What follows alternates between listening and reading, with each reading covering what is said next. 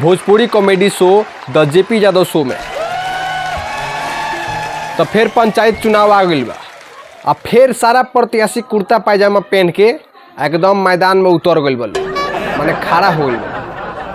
हाँ, खड़ा हो गई बलू।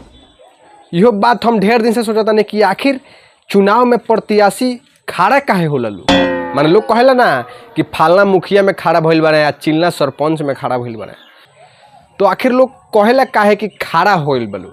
तो हम बहुत दिन सोचनी ई बात, ओकरा बाद हमरा बुझाए कि चुनाव का पहले आ चुनाव का बाद तो मतलब नेताजी लोग खाली बैठ के खाला लो, चुनाव जब आवेला तब वोट मांगे खातिर खाली खड़ा होला। यही से कहल जाला कि चुनाव में प्रत्याशी खड़ा भइल बा।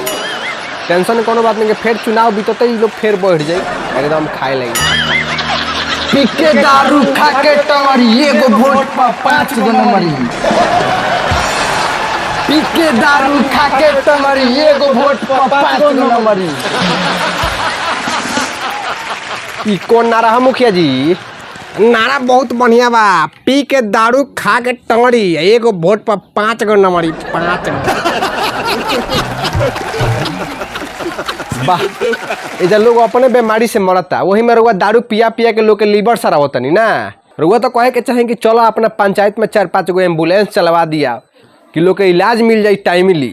अरे तो ये सब हम जनते खातिर करावत नहीं जी। हैं कौन हमारा फायदा? वैसे दारू पियावला से जनता के कितना फायदा बा, एम्बुलेंस चलावला से कितना घाटा बा, हमारा लेखा ओरिजिनल नेता जानता ही बा। पारा ना बुझाई बात का एम्बुलेंस चलावला से जनता के घाटा बा आ दारू पियावला में फायदा बा? तनी हमरों के बताई तो इतनी फायदा। देखा, आम आदमी का जिंदगी में इतना टेंशन बा, इत आमे आदमी जानता। महंगाई के, कमाई के, पढ़ाई के, लिखाई के, दवाई के, कि मतलब ओकर टेंशन से माथा फाटा था।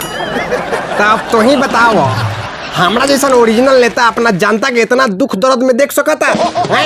बिल्कुल ना। बिल्कुल ना।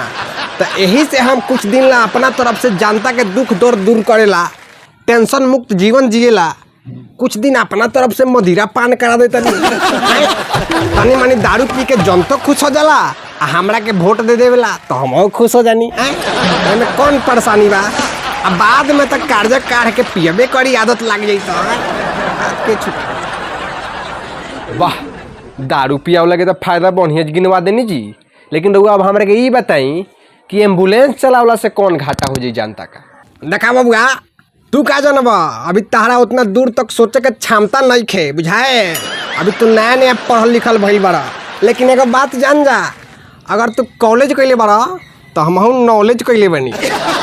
हाँ, अभी हम तारा के बताओ तनी कि एम्बुलेंस चलावला से जनता का कितना नुकसान बा गाँव का हमरा। अरे तो हम तो ये तो जाने के चाहता नहीं, बताई ना रउआ। देखा, गांव के लोग के अपने हालत खराब होला, हाथ पर पैसा कौड़ी रहेला ना, आ वही में अगर कोई के सीरियस तबीयत खराब हो जाता गांव में बिहान भइला, तो गांव में एम्बुलेंस रही तो फट से पहुंच जाई द्वार पर, आ लेके फट से बड़का हॉस्पिटल में पहुंच जाई। और जो तो डॉक्टर बैठल बना सब पैसा काटे खातिर, तो मुगलो आदमी के इलाज कर दिया सब पैसा खातिर। अब तो एक गरीब जनता के पैसा से इलाज करावत करावत कर्जा से देह दबा जाई। तब तू ही बताओ, उ डॉक्टरवा उनका के अमर कर दिया कि वो एक ना एक दिन मरबे करी है। बोला नजाइज कहत हो कि तो कह, मरी है कि ना मरी है? बोला नजाइज कहत हो कि तो? बबुआ, दुनिया में एक एगो सत्य बा, मृत्यु। ओ से बड़ा सत्य कोई नहीं खेजे आयल बाबू जाई, जाइबे करी, आज जाओ चाहे बिहान जाओ। तो यही से हमार कहनाम बा कि एम्बुलेंस ना चलो तो ठीक बा। ऐसे का होई कि जाके लोग के अगर भारी बीमारी होता तो चलते फिरते इलाज भी ना मर जा। हाँ, पैसा कटावला के कोनो जरूरत नहीं। अच्छा, तो जनता चलते फिरते इलाज बिना मर जाओ, और रउआ तनकियो से बुखार होला तो काहे खातिर जाके हॉस्पिटल में भर्ती हो जानी? अरे हमनी के परतर करवा जनता से आए, जनता तो भगवान के रूप होला। हम ठहरनी जनता के सेवक। अगर सेवके जिंदा ना रही तो भगवान के सेवा के करिए। तो जनता के सेवा करे खातिर हमार जियल जरूरी बनू। ऐसे हम भर्ती हो जानी। आज चला इनका से माथा मत चटवाओ। ना खत्म बा। पी के दारू खा के टंगड़ी, एगो वोट पर 5 गो नंबरी। पी के दारू खा के टंगड़ी, एगो वोट पर 5 गो नंबरी। वाह वाह वाह। यहीं सेवा करी लोगन जनता के, जनता औसन बरलही बात सेवा करवावे ला। और तो कुछ बुझाइल होखे तो सोच समझ के अपना वोट के यूज करी लोगन, ना तो ऐसा ही सेवा करवाई लोगन। सेवा तो करते बा लोग। अगर वीडियो अच्छा लागल होखे तो शेयर जरूर करी, कमेंट करके बताई कि का अच्छा लागल ह, कौन डायलॉग सबसे अच्छा रहलक ह, और कुछ कमी लागल होखे तो वो बताई। और वीडियो के शेयर जरूर करें, लाइक कर देम, एगो कुछ जाई ना। सब्सक्राइब करिए चैनल के ताकि और आवे वाला वीडियो देख सकें।